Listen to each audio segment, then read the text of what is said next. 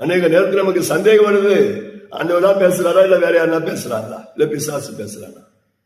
ஆண்டவர் பேசுவதற்கும் பிசாசு பேசுவதற்கும் வித்தியாசங்கள் உண்டு. பிசாசு பேசுற அதுல குழப்பம் இருக்கும், இருக்கிற நிம்மதியும் போயிடும், இருக்கிற சமாதானமும் போயிடும்.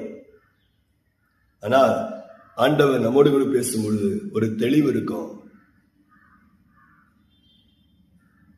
அந்த வார்த்தை நமக்கு விசுவாசம் வரும், நம்பிக்கை வரும். சில நேரங்களில் நம்முடைய தவறுகள் சுட்டி காட்டினாலும்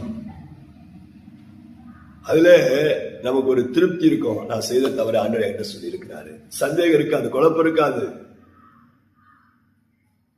அதுதான் ஆண்டவர் பேசுவதற்கும் பிசாசு பேசுவதற்கு இருக்க வித்தியாசம்.